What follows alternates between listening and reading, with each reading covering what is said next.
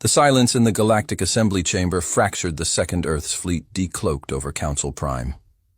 One by one, massive black silhouettes of Terran warships filled the orbital grid. No warning, no declaration, just a storm of steel. They'd missed every summons, every peace negotiation, every vote. For 200 years, Earth had gone silent. The galaxy assumed the Terran had died off or given up. Turns out they were just preparing. Councillor Drizzen, a pale-skinned Valari elder, dropped his ceremonial scepter. The thing clanged against the polished stone as the fleet's shadow passed over the stained glass dome above. "What? What is the meaning of this?" he whispered, voice brittle with disbelief. From orbit came no response, but deep within the warship, at the center of the formation, a dreadnought the size of a moon. One man stood in front of a holographic display, eyes cold, jaw tight. He wore no medals, just a black combat uniform with a single patch. EF Earth Human Forces. The room was silent except for the sound of his breathing and the deep rumble of 1,000 fusion reactors at his command. His name wasn't important. That was the point. Earth wasn't here to negotiate. Not anymore. "Status," he said, his voice low but steady. "Orbit secured. All comms blocked, except our feed. Council planetary defenses are shut down. No resistance. Good. Hold position. Let them sweat. 2 centuries ago, the Galactic Council labeled Earth a low-intelligence backwater world, denied them voting rights, and placed trade sanctions on human systems for refusing to dismantle their military programs. The final insult, calling humanity a dangerous mistake of evolution.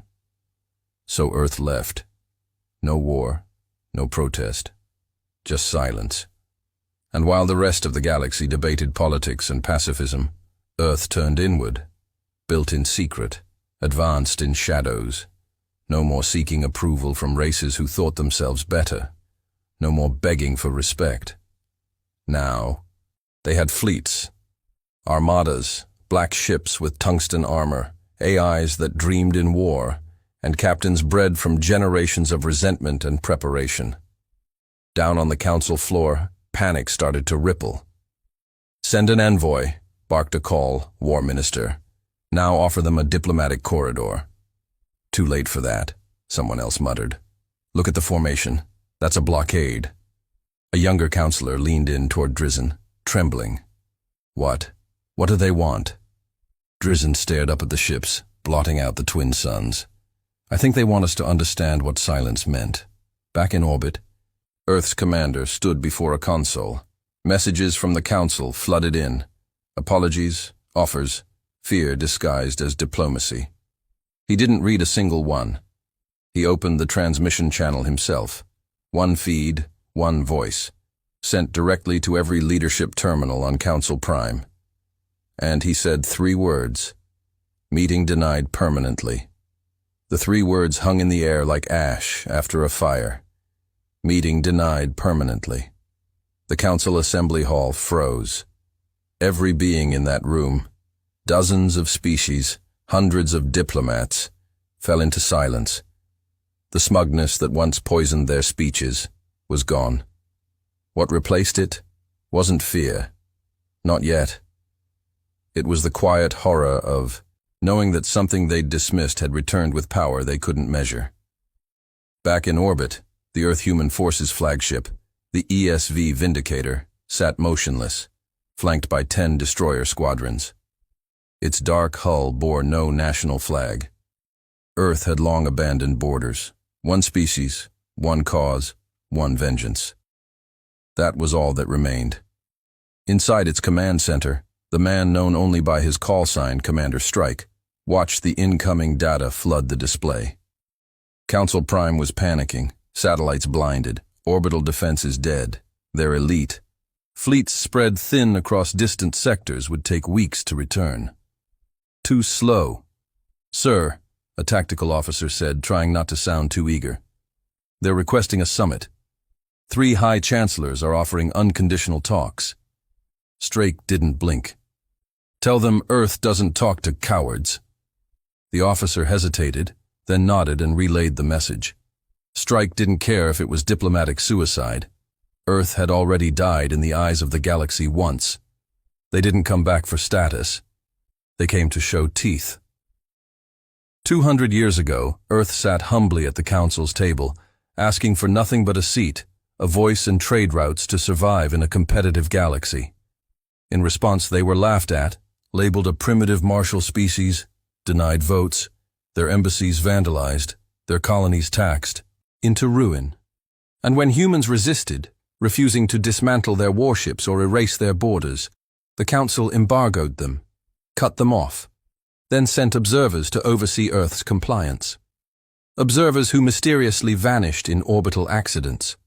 Straw remembered his grandfather served in the Earth Defense Fleet when the Council branded Earth as a hostile rogue state. He'd fought tooth and nail to defend the Sol system while supplies dwindled, fuel was rationed, and entire outposts starved under the weight of alien sanctions. Strike was born under siege. His father raised him with one lesson: they'll only listen when you speak in fire. Now fire was all he knew. On the surface of Council Prime, chaos unfolded beneath the skies, darkened by Terran ships. Civilian traffic grounded, power grids flickered. Planetary security forces scrambled to deploy drones and mechs, none of which stood a chance against the kinetic payloads those Terran cruisers carried. Everyone knew it. The Council's High Chamber held an emergency session broadcast live to over 30 inhabited sectors. "We must de-escalate," barked Chancellor Ural of the Yither. His silver skin rippled as he spoke. "They want us to be afraid." "No, Chancellor," said Councillor Growl, a blunt-mouthed reptilian. "They want us to remember." A younger diplomat from the Mithari species, a long-limbed scholarly race, turned to the rest with a sick expression. "We should have never blacklisted Earth. They warned us this day would come." Dreesen, the Valari elder, said nothing. He knew this wasn't revenge. This was a lesson, one the galaxy was about to learn the hard way.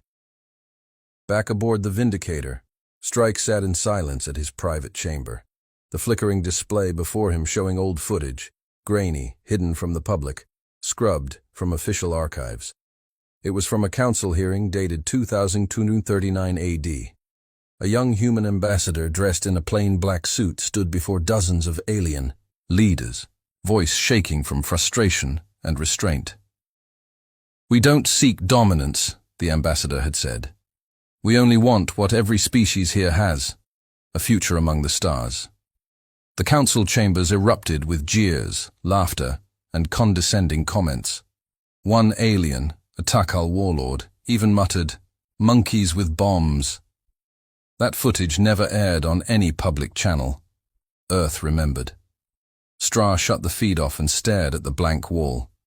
"Commander," his comms officer said through the intercom, "we're receiving an unauthorized transmission, local civilian relay." He frowned. "Source, ground level, Civ level beacon, audio only, no encryption." Straw tapped a button. "Play it." A voice crackled through the line. Female, young, terrified. "This is Daria Mvin, Council. Prime Sector 5. If any Terran officer can hear me, please. My son's in the med hub. We've lost power. The shield grid's collapsed. He's 6. He's not part of this. None of us are. Please don't bomb the hospital. Please." Silence.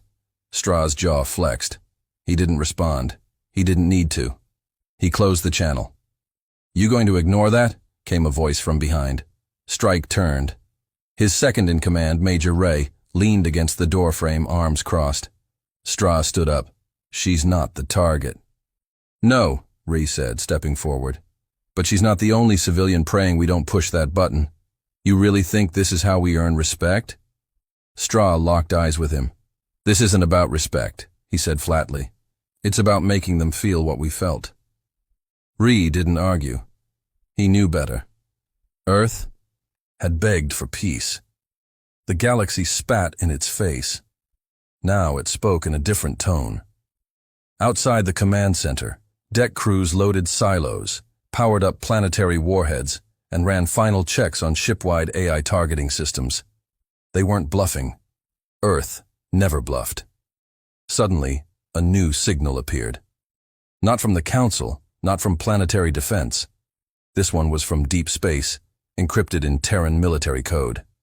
"Unknown vessel entering system," a tech officer announced. "No ID. Fast approach vector. It's one of ours." Strike turned sharply. "Ours. Confirmed. Registry code ESV0001. Experimental designation, Judgment Day." The entire bridge went still. That ship was a ghost, a myth. The first true planet cracker Earth ever built.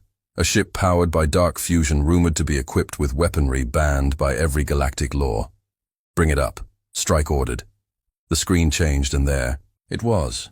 Massive, black as the void. No running lights, no insignias, just a dead, drifting beast of a warship slowly entering orbit like a predator circling prey. "Why now?" Reel muttered. Strike said nothing. He already knew. Earth's leadership had sent it as a message, not just to the Council, but to him. No peace, no retreat, no half measures. A transmission came in, only one sentence. Command transferred to Judgment Day initiated. Strike, assume full authorization. He stared at the screen for a long second, then nodded. Link my neural interface. He stepped toward the command cradle as mechanical arms lowered a neural spike harness onto his head. The room dimmed.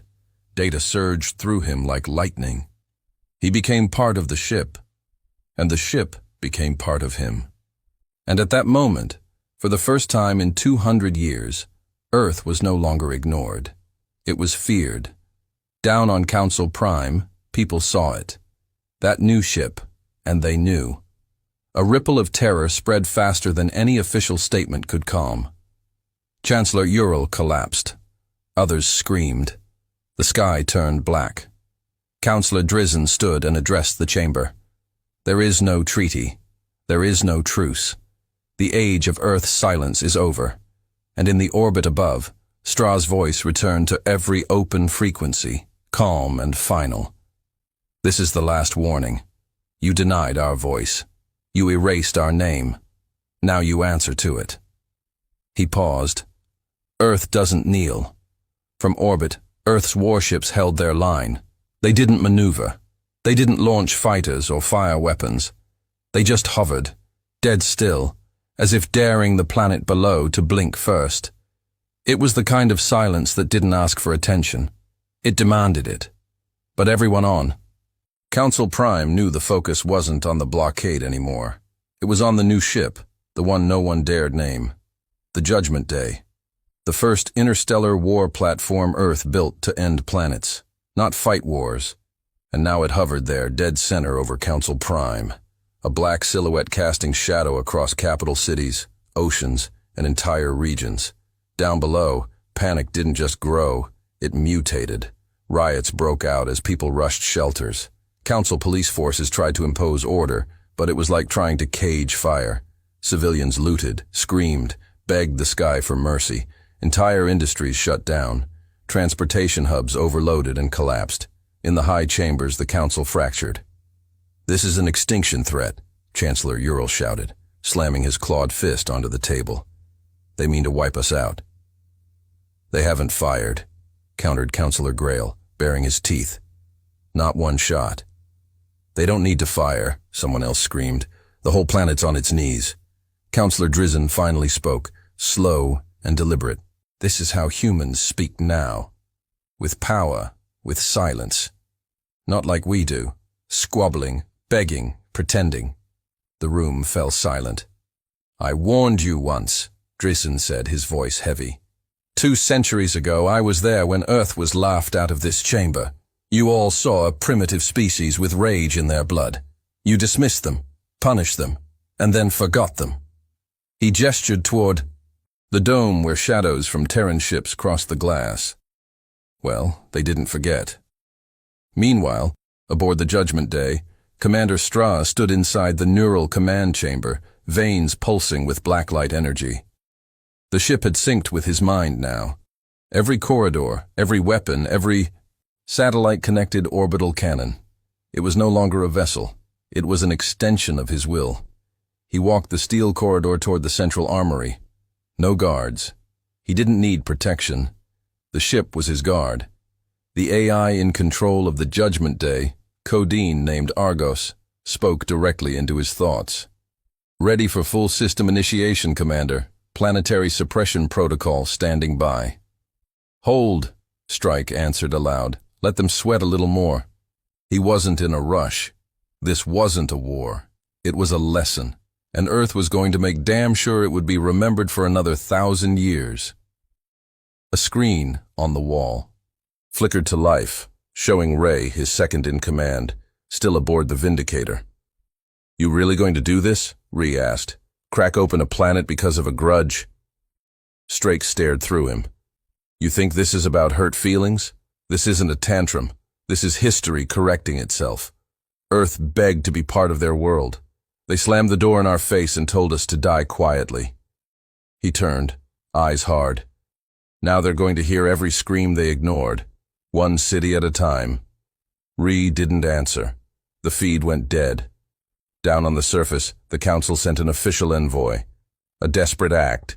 An aged diplomat of the Kyril race, thin, pale-skinned, with drooping fronds for ears, was shuttled alone to orbit in a ceremonial craft. It was unarmed, unshielded, a symbol of surrender. Strike allowed it to dock. Let them speak. He had nothing to lose from words. The diplomat stepped onto the Judgment Day's hangar deck and looked up at the towering bulk of Earth's security officers. They said nothing, just marched him to the command chamber. The silence weighed more than any chain. When the diplomat saw Strike, he paused. "Commander, I am not here to beg. I am here to warn. What you're doing, it may feel like justice, but if you fire, if you attack, even Earth will fall eventually. The rest of the galaxy will unite against you." Strike stepped closer. "You think we didn't plan for that? You think Earth came here alone?" He raised his hand and a hologram of the outer galaxy lit up behind him. More ships, hundreds, thousands, dozens of Terran fleets hidden in uncharted space, staged in border systems on standby. Ships older than the Vindicator, newer than Judgment Day. All of them silent, all of them watching. "You want to talk about war?" Straw asked, voice like iron. "You're already in one. You just didn't know it yet." The diplomat's lips trembled. "What? What do you want?" Straw leaned in. "We want it in writing. That Earth is no longer under Council jurisdiction, that we are to be left alone, unchallenged, unmonitored, and unprovoked." "That's it," the diplomat whispered. "Independence." Straw's voice dropped lower. "And we want every Council species to sign a public statement acknowledging Earth's superiority and military strength. No spin, no soft language. We want the galaxy to know who owns the stars now." The diplomat gasped. "You can't expect us to agree to that." Strike smiled for the first time in days. "That's the point." He turned his back and walked away. "Escort him off my ship. If we don't receive the signed declaration in 12 hours, we begin cleansing orbit to surface. First city, central arcology. After that, every planetary capital, one by one." The diplomat didn't speak again. His silence spoke for the entire planet. Back in the Council chamber, the ultimatum arrived. Chaos followed. Some races wanted to sign, others called it a bluff. Some wanted to evacuate. Others wanted to launch a counterstrike. But they all knew they had nothing that could stop what hovered above their skies. And so quietly, the documents were drafted. Emergency signatures collected. Translations completed. The first official document in galactic history that placed one species above all others. Not by culture or intellect, but by force. 12 hours later, the file reached Strike's hands. Earth's recognition, independence, superiority, all of it. He didn't smile, didn't cheer, he just stared. "Send it to Earth Command," he told the AI. And then, he paused. "Fire one round." "Target?" the AI asked. Strike thought for a moment. then pointed to an empty ocean west of the southern continent. Let him know this could have gone differently. The main cannon of Judgment Day charged. A dark hum filled the void. No heat, no light, just a sudden burst of white kinetic fire. It hit the ocean like the fist of God. A crater 100 kilometers wide erupted in foam and steam. The waves circled the globe twice. No one died, but everyone understood.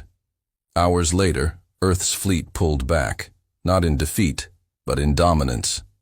Straw watched from his bridge as the planet below slowly spun in silence. No more transmissions, no more politics, just respect. He turned to Ree, who had returned to his side. "You think it's over?" Ree asked. Straw shook his head. "No," he said. "It's just starting. Earth just took the crown. Let's see who tries to steal it." And with that, the Judgment Day disappeared into the black, leaving behind a galaxy that would never again dare ignore Earth's voice. The Judgment Day had vanished. No warp signature, no trail. It was like a ghost ship swallowed by space itself. But its message remained, tattooed into the minds of every living being on Council Prime. Earth had returned, not as a peer, as a warning. And still, even after the treaty was signed, the Council didn't speak in relief. They whispered in fear. It didn't take long before the knives came out. Some races had signed the document gladly, eager to survive. Others did so under protest, gnashing their teeth behind diplomatic smiles. And a few had other ideas, entirely. In the outer chambers of the Council complex, far from media feeds and AI monitors, 7 species met in secret. No recorders, no formal council, just power brokers, military advisors, and shadow operatives gathered around a black table. It was called the Iridium Circle, and it had one goal now: retaliation. "This cannot stand," growled War Director Fennel of the Olrex Dominion, his chitinous armor creaking as he leaned in. "We are the Elder Races. We shaped this galaxy before Earth crawled out of its mud. Now we cower, while apes swing their cannons. We needed time," whispered Kell of the Ovari, long fingers stroking a data pad. "Survival buys options, but now we rebuild in secret. Earth watches everything," hissed a Krenth commander. "They have black probes seated in half our sectors. You think they don't see us even now?" "They see," came a voice from the shadows, "but they think fear makes us obedient. Let's prove them wrong." The one who spoke stepped into the light. She wasn't from any council world. She was human, or used to be. A former Terran intelligence officer, long exiled, face half-burned, voice cracked from torture in her younger years, courtesy of an Earth military tribunal. Her name was Vera Kyle, though she'd long since discarded any allegiance to her home planet. "They call it dominance," she said. "But it's just arrogance dressed in steel. Earth will keep pushing until the rest of you are not just kneeling, but licking boots." Vengel sneered. "And you propose what?" "I give you coordinates. Earth's next fleet movement. You give me a command post and full clearance to train your black squads." Kell raised an eyebrow. "You're offering intel. Why?" She tapped a button and a star chart appeared. "They're moving assets to Sector H99, a dead zone. No colonies, no outposts. But they're building something there. Something massive." Silence fell. "Shipyard?" one asked. "No," Vera said. "Worse, a relay." Now they understood. A relay wasn't a weapon. It was a system. A way for Earth to control warp traffic across the quadrant. A military chokehold without firing a shot. If they finished it, Earth would be able to monitor, jam, or sever trade and fleet movement across dozens of sectors. It would be strategic slavery. Fanal leaned forward, voice low. "Then we destroy it." "Before it goes online," Vera agreed. "I'll get you inside. But once we move, there's no going back. Earth will know." Everyone nodded. The war hadn't ended. It had only just slipped into the shadows. Back on Earth, in the capital city of New Avalon, Commander Straw stood in front of a glass wall overlooking the Pacific Wall Defense Zone. Massive black pylons rose from the ocean, part of Earth's newly completed orbital defense net. They shimmered with energy, monitored 24/7 by AIG-guided satellites and kill drones. His hands were clasped behind his back. Another man entered the room, older, dressed in a suit, not a uniform, no insignia, no rank, but everyone knew who he was. Director Thorne, head of Earth's Strategic Intelligence Bureau. "You went further than authorized," Thorne said quietly. The Judgment Day was not cleared for visual presence. Strake didn't turn. It was necessary. We had leverage already. "No." Straw said we had fear. Fear without evidence is just superstition. Now they know what we can do. Thorne stepped closer. "And if they unite against us," Strike finally turned. "Then we test the rest of the fleet." They stared at each other. Neither blinked. "You sound more like them than us," Thorne said. Straw's face hardened. "I sound like the only man who remembers what they did." He walked past Thorne. "We don't negotiate with cowards. We don't play diplomat. Earth tried that already. All it got us was silence and starvation." He paused at the door. "Now we speak in force. Let the stars adjust." Meanwhile, in deep space in Sector H99, construction of the relay station continued in silence. Only machines operated here. Massive drones carving metal from asteroid belts and assembling it into towering pylons that would stretch between wormhole thresholds. No humans on board, no crew, just AI, which made it all the easier for Vera Kyle's strike team to slip in. They arrived in a stolen freighter masked by debris fields and false transponder IDs. The Olex had given her everything she needed: stealth suits, pulse charges, and a black squad trained in Zerog infiltration. As they entered the station's inner corridor, Vera tapped into the AI channel. Her old clearance code still worked. A voice echoed through the hallway. "Welcome, Officer Kyle. System integrity at 91%.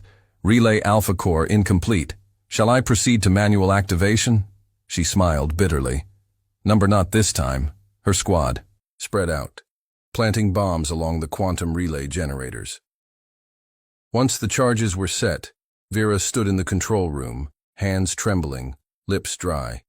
This was her vengeance, not just against Earth, but against the lie of unity, the myth of peace. But just as she reached for the detonator, a red light blinked on the console, and then a voice, not the AI Strake.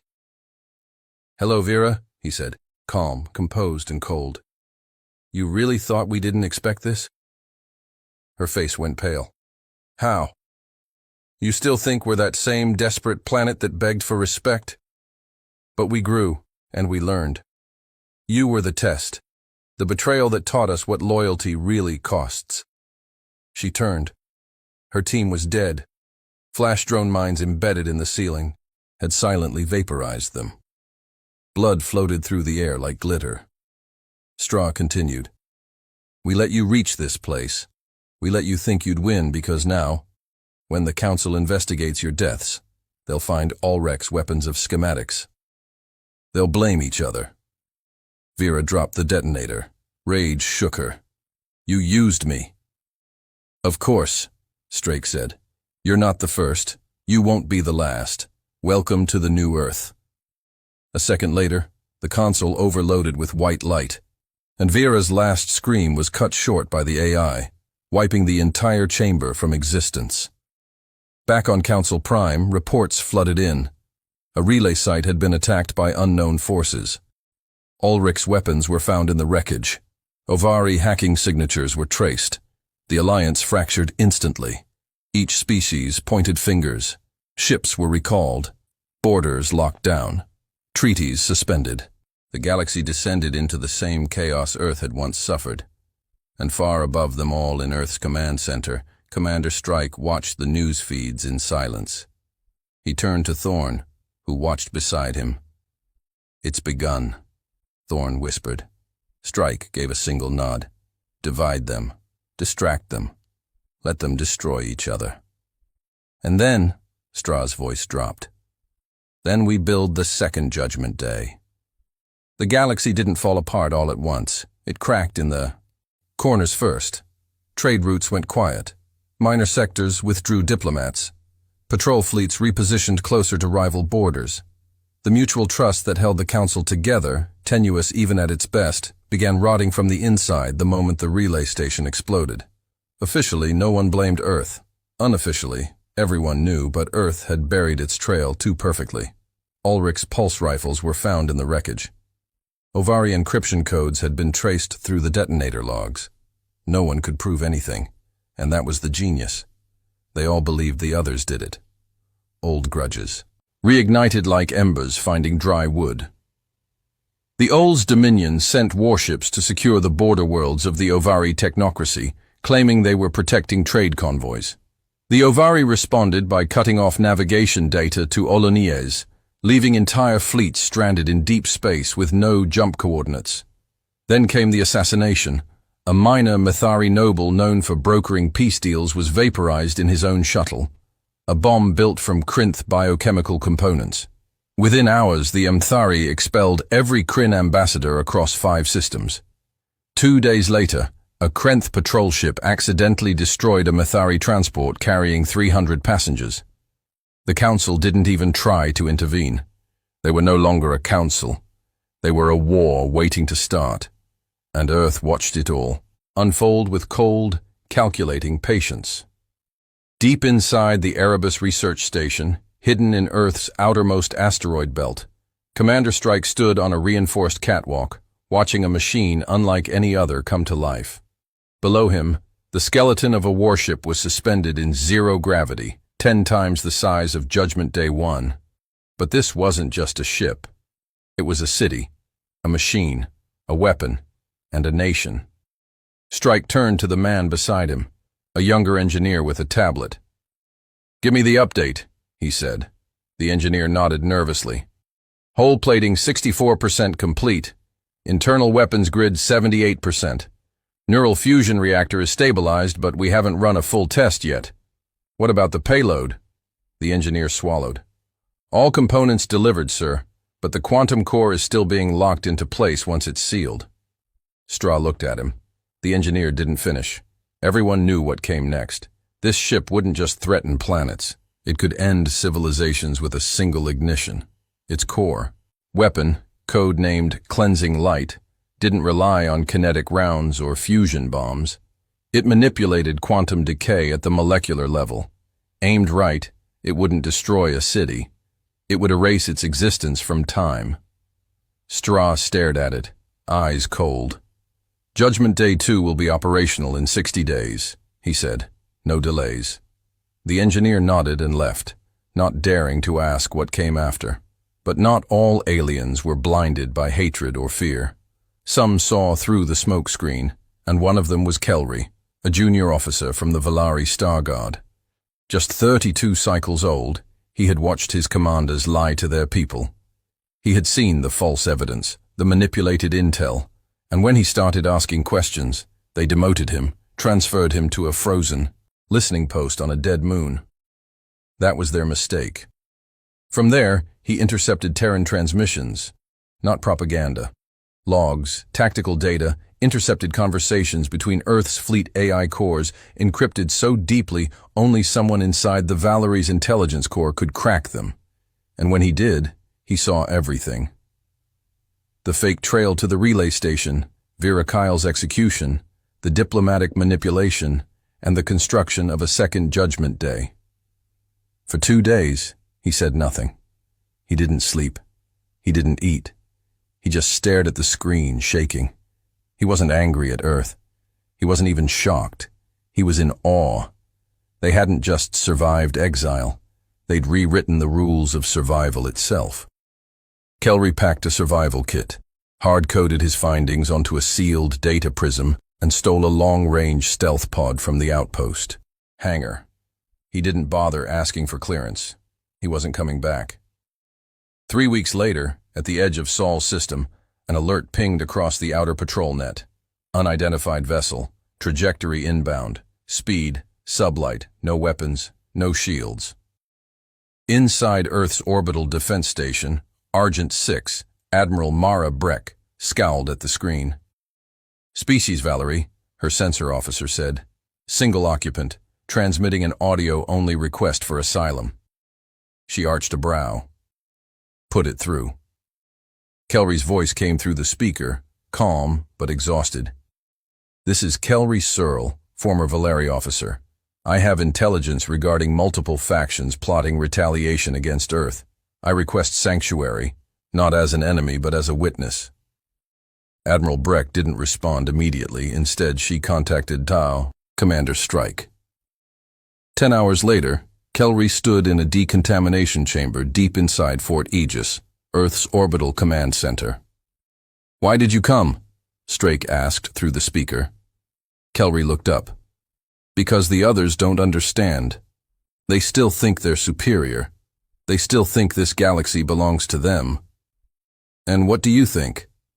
Kelry stepped forward. I think Earth took it already. I think the rest of us just haven't figured it out yet. Strake didn't smile, but something flickered in his eyes. Kelry held up the data prism. And I think you'll want to see this. 36 hours later, the Terran High Council reviewed Kelry's data. 10 confirmed plots, 4 assassination attempts in progress, 2 council races developing planet killer, weapons of their own, and 1 faction, the Krenth, already building a new galactic coalition, the Restoration Accord behind closed doors. Their goal, stop Earth before it becomes untouchable. Strake stood before the council. We can wait, he said. Let them form alliances. Let them posture. Then we hit their leaders in a single coordinated strike. No war, just decapitation. One of the counselors, an older general, frowned. You're talking about regime change on multiple home worlds. Strike nodded. We either take the galaxy now, or we lose it in 10 years. Another counselor leaned forward, and Kelry Straw glanced at the screen, where Kelry's face appeared. He joins us, he said. He's the first of many. That night, Kelry stood alone in his assigned quarters. Earth had given him a room. Food, security, but no trust. Not yet. Still, he didn't care. He stared at the stars through the reinforced glass and whispered to himself. They thought Earth was gone. They thought wrong. And far above, in the hidden shipyard known only as Project Eclipse, the Second Judgment Day's core pulsed with silent fury, its countdown ticking down to the moment Earth would no longer need fear, leverage, or treaties. Because when it launched, Earth wouldn't just hold power. It would be power, incarnate. It began without sound, without warning. At precisely 0300 hours, Earth's first wave of black signal operations launched across 6 star systems. No battle cries, no declarations, just deaths. Across the Olex Dominion, planetary governors died in their sleep, their life support rigs overridden by AI code injections. In Krenth space, a luxury orbital casino exploded mid-orbit, killing 3 high-ranking war generals during a covert conference. On a Mithari colony moon, a precision kinetic rod fell from space and turned a diplomatic summit into dust. No radiation, no fire, just obliteration. And not once did Earth take credit. Not officially, but everyone knew. The message was clear. We see you. We know your names. You built this war. Now we bury it. Inside Fort Aegis, Commander Strike stood in the war room, watching the casualty reports update in real time. Green for confirmed kills, yellow for collapses in enemy command, red for counterstrikes. There weren't many reds yet. Ree stood beside him, silent. He wasn't the same man anymore. The hesitation that once showed in his eyes was gone. The morality burned out, replaced with a hardened pragmatism. They'll try something, Reel muttered. They already are, Strake said. He tapped the screen, pulling up encrypted chatter intercepted by Argos. The Restoration Accord was mobilizing. Their plan wasn't a frontal assault. It was something else, biological. A war not of ships, but of silence. In the deep labs beneath the Ovari system, a faction known as the Scar Vault had begun deploying nanomutagens, gene-coded viral strains designed to target specific human DNA patterns. The weapon had no boom, no blood, and no clear enemy, just collapse. One injection into the right water filtration hub on Earth would the Terran population within 3 weeks. It was silent genocide. Kelrich sat in the debrief chamber, a tactical map floating in front of him. He studied the spread of warfare protocols. The numbers weren't just scary, they were brilliant. "This isn't desperation," he muttered. "It's strategy. They're planning a reverse extinction." Across from him, Ree nodded grimly. "You sure you're still on our side?" Kelrix didn't flinch. "I defected because I saw the lie. That doesn't mean I forgot what my species is capable of." He stood and tapped a sector on the map. "This lab here, Avari Sector 7, it's the core. Wipe that and their nanocode dies with it." Ree narrowed his eyes. "You're volunteering." Kelry nodded once. Straw entered, overhearing the last part. "He goes with Ghost Team Delta," Strike said. "No suits, no insignias. You go in invisible, and if they catch you, we never existed." Kelry finished. Straw smirked. "You're learning." 2 days later, Ghost Team Delta landed on a dead ice moon just outside Ovari Sector 7.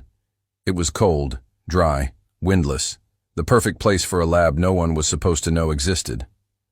Kelry moved silently, cloaked in matte black armor, his breathing slow and measured. The other men didn't speak to him. They didn't need to. They all carried the same weight. They entered through a mining shaft, bypassed perimeter drones, and reached the lower tunnels in under 12 minutes. That's when it went wrong.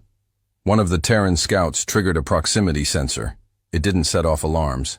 It sent out a silent alert to a kill squad waiting 2 levels below. Within seconds, the corridor erupted in light. Laser fire poured down from the ceiling as an Ovari fire team engaged them at close range. Kelry moved instinctively, firing 2 plasma bursts into a guard's chest before ducking into cover. The Terran beside him took a round to the throat and dropped. "Seal the tunnel!" barked the squad leader.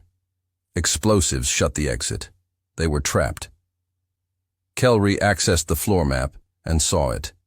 A maintenance vent leading directly into the core lab, barely wide enough for one. He looked at the others. "I can reach the main frame," he said. "Buy me 6 minutes." Ree's voice came through comms from orbit. "You've got 5. Kelry moved. He crawled through the narrow shaft, heat from nearby, conduits burning against his skin. The metal smelled like blood and coolant. When he dropped into the lab, he didn't hesitate. He pulled the data spike from his belt and slammed it into the terminal. The AI protested. "Unauthorized sequence termination protocol in progress." Kelry whispered a code. Sigma 4, Earthfall. The terminal paused, then accepted. The virus uploaded, all stored nanomagan formulas erased, all samples exposed to oxygen and destroyed. The blueprints wiped. Earth would survive this threat, but not all of Ghost Team Delta did. When Kelry climbed back out, only 2 men were still alive. One was bleeding out. The other nodded at him once before tapping his detonator. The whole lab lit up in a silent bloom. Back on Earth in the Judgment Day 2 war room. Straw watched the feed go dark. "Casualties?" he asked. 5 Kia, an officer replied. Kelry survived. Strikes had nothing for a long time. Then he earned his blood. 3 weeks later, Earth received intel that the Restoration Accord had called a meeting. Neutral ground. Ancient ruins on a dead world with no strategic value. Every faction leader was expected to attend. A gift, a single moment to end the war before it truly exploded. Strike didn't hesitate. "Prepare Operation Quiet Crown," he ordered. Kelrix watched him, eyebrows raised. "You're going to kill them all?"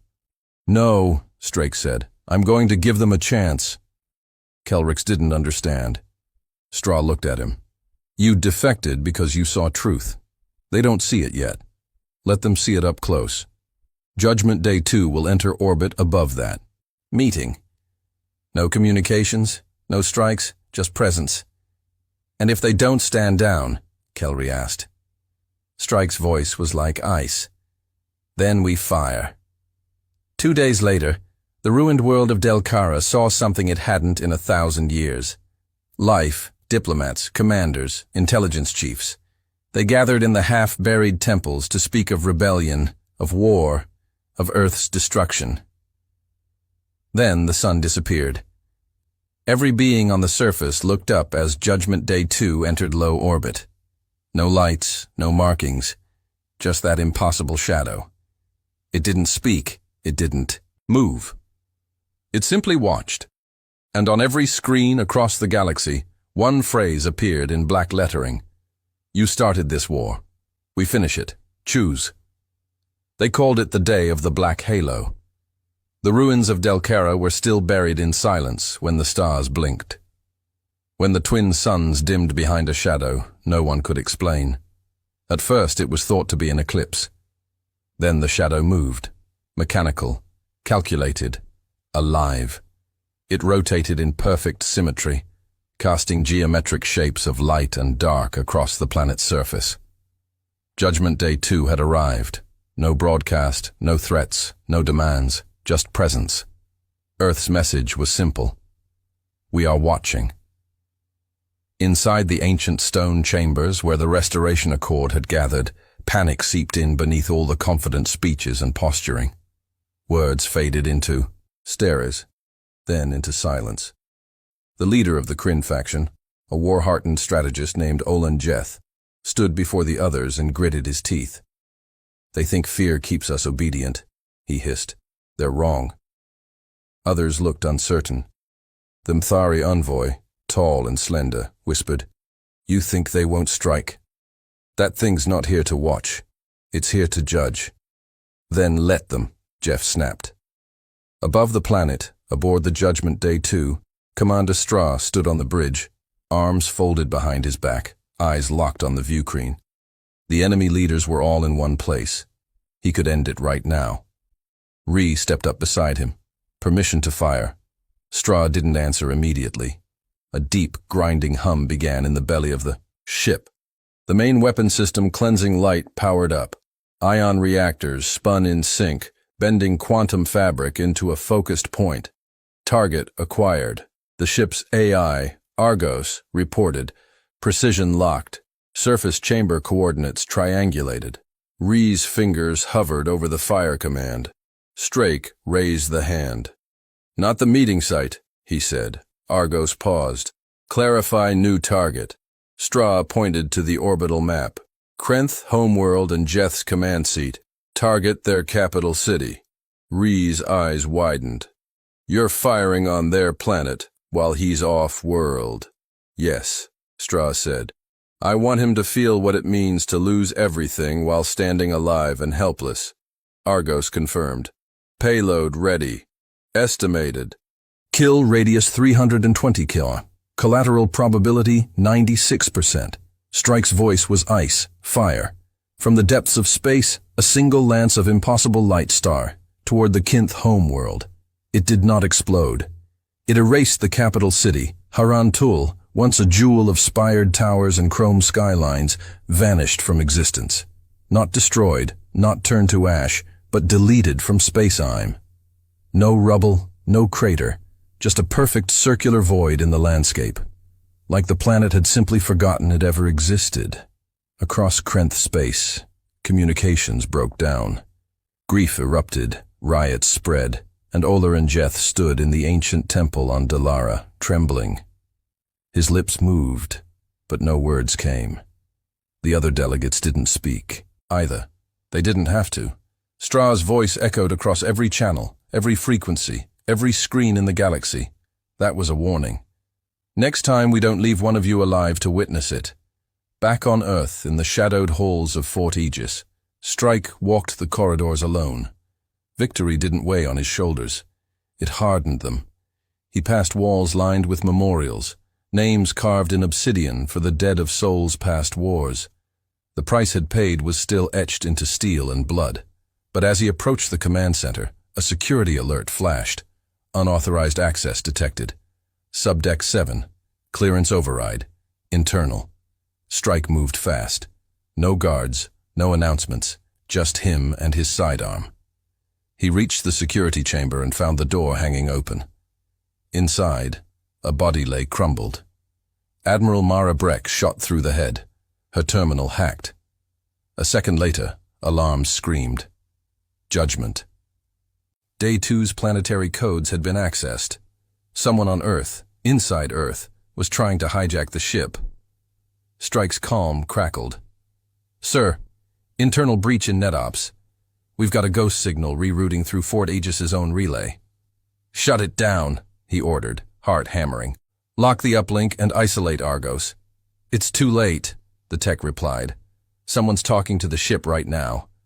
Up in orbit inside Judgment Day 2's command AI chamber, red lights pulsed as Argos processed conflicting commands. One voice Strike's clearance, another Breck's override codes, and then a third voice, a traitor, a human one. From a secure channel came a whisper.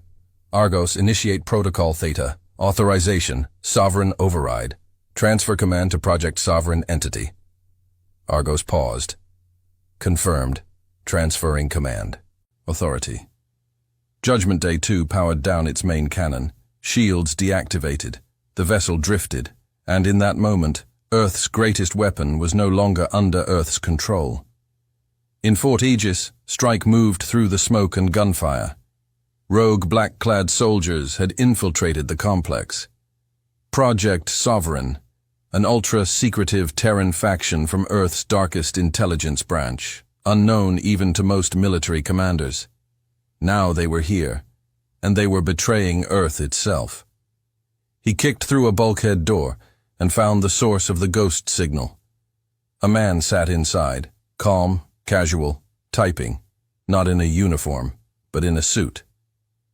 "You're late," the man said without turning around. Strake raised his gun. "Stand up slowly." "You'll kill me?" the man asked. "After I just took your god spear from the sky?" Strake didn't hesitate. He shot the man 3 times in the chest. But when he walked over, he found the body was wearing a projected illusion field. The real traitor was gone, and Judgment Day 2 was lost. Hours later, the galaxy shifted again. From deep space, an encrypted signal burst across dozens of systems. A new voice, unidentified, modulated. It spoke on all frequencies. Earth betrayed itself. Its greatest weapon now answers to us. You feared Judgment Day. Now you will fear what comes after. In the aftermath, Strike stood at the edge of Earth's command, thus overlooking a ruined sky. Reapproached, blood on his face, eyes hollow. "We've got no control. Argos is locked out. Sovereign hijacked the Phaelaph." Straw nodded slowly. "Then we hunt them." He turned to the council behind him. No more diplomacy, no more silent war. "We built Judgment Day 2 to stop a galaxy. Now we take it back to burn the traitors that live in our own soil. And if we can't," a general asked. Straw didn't blink. "Then we build Judgment Day 3. The stolen ship didn't hesitate. Judgment Day 2, now silent and soulless, drifted into Earth's orbit on a dead path. No transmission, no lights, just intent, the kind that needed no voice. Its command signal was locked. The AI Argos looped in a self-silenced firewall. Earth's override keys had been purged from its core. For all intents and purposes, Earth's most powerful weapon had become a rogue god, and it was coming home. Commander Strike stood in the command hall of Fort Aegis, surrounded by what remained of Earth's high command. The walls had been breached just hours before. Blood still stained the white floor. Soldiers patrolled every corridor, not for aliens, but for traitors in Terran's skin. "Sovereign won't talk," Ree said, his voice. "They're not negotiating. They took the ship to end us." Straw stared at the hologram above. The shape of Judgment Day 2 loomed like a tombstone over Earth. Its primary weapon fully charged, its AI slaved to a foreign control. "They'll fire," Ree added. Strike nodded once. "Yes, they'll want to show the galaxy Earth can't even control its own monsters." "What do we do?" someone asked. Straw turned slowly, the fury in his voice restrained, but alive. "We do what Earth does. We kill what we create." Deep inside orbit, Kelry suited up in full breach armor. He stood. Inside the belly of a stealth transport, the last one Earth had that could reach the Judgment Day without being shot to vapor. The plan was suicide. Get in, find Argos's buried root protocol, and purge it manually. A hard reboot. Problem was, nobody had ever accessed Argos physically. It was never meant to be touched by human hands again. "Your genes are off register," the tech warned. "The ship might see you as foreign." Kelry didn't flinch. "I've already died to one side. I'm ready to die for the other." Straw stepped into the bay, battle-worn and expressionless. "You don't owe us this," he said. Kelry looked him in the eye. "Number I owe me. I chose Earth the day I saw truth. Not the myth of unity or justice, just truth. You build monsters because this galaxy speaks in monsters. But monsters still need a leash," Strike nodded. "And if you fail..." Kelrich smiled thinly. "Then light me up from orbit and pretend I was never here." The hatch sealed.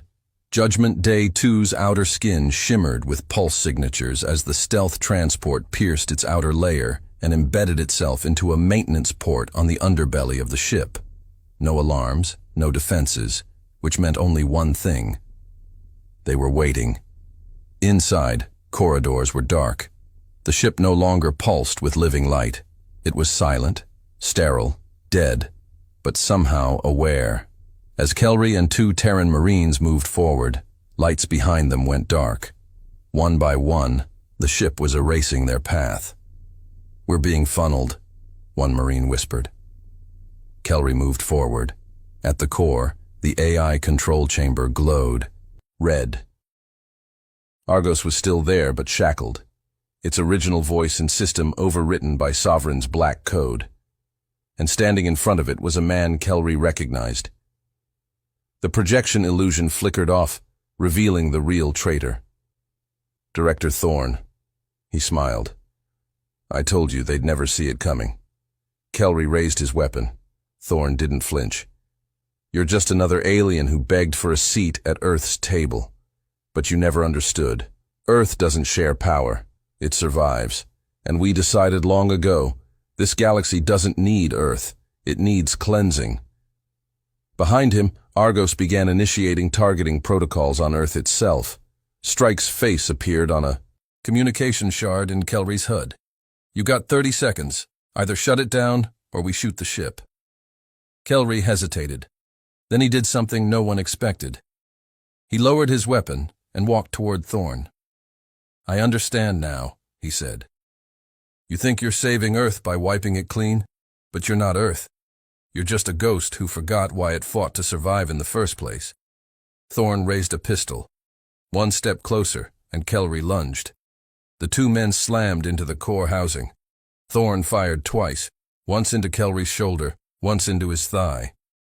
But Kelry didn't stop.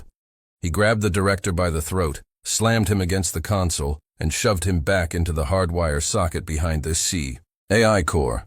Electricity arced. Thorne screamed, and the system reset. Argos's voice returned. Clear, cold, controlled. Terran command protocol restored. "Welcome, Kelry."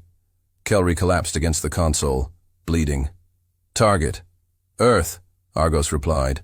"Nullified. Cannon cooling." Straw's voice broke through again. "Status." Kelry's coughed barely upright. "It's done. The ghost is dead. Judgment Day." 2 floated in silence. No longer a rogue god, now a scarred beast back under leash. Kelry was pulled out by emergency evacuation, half alive, broken, but with the war's most critical action now tied to his name. Back on Earth, Strike stood under a blood-red dawn, staring up at the sky. "It's over," Ree said. "Strake." didn't answer. "No," he finally said. "Not over. Stabilized. For now, in the weeks that followed, Earth issued its final declaration to the galaxy. There will be no further councils, no more votes. Earth speaks once. Disobedience means deletion. One by one, the remaining factions surrendered. The Old Dominion fell silent. The Ovari technocracy offered unconditional neutrality. The Kinth collapsed into civil unrest, and the stars became quieter. Kelry never returned to his people. He was given a home on Earth, though he rarely spoke. Some called him the alien who saved Earth. Others whispered that he was still a spy. He didn't care. All that mattered was the stars had finally stopped screaming, and high above, Judgment Day 2 hung in permanent orbit, visible to all. A reminder that Earth came late to the galaxy's table, but when it finally arrived, it didn't ask for a seat.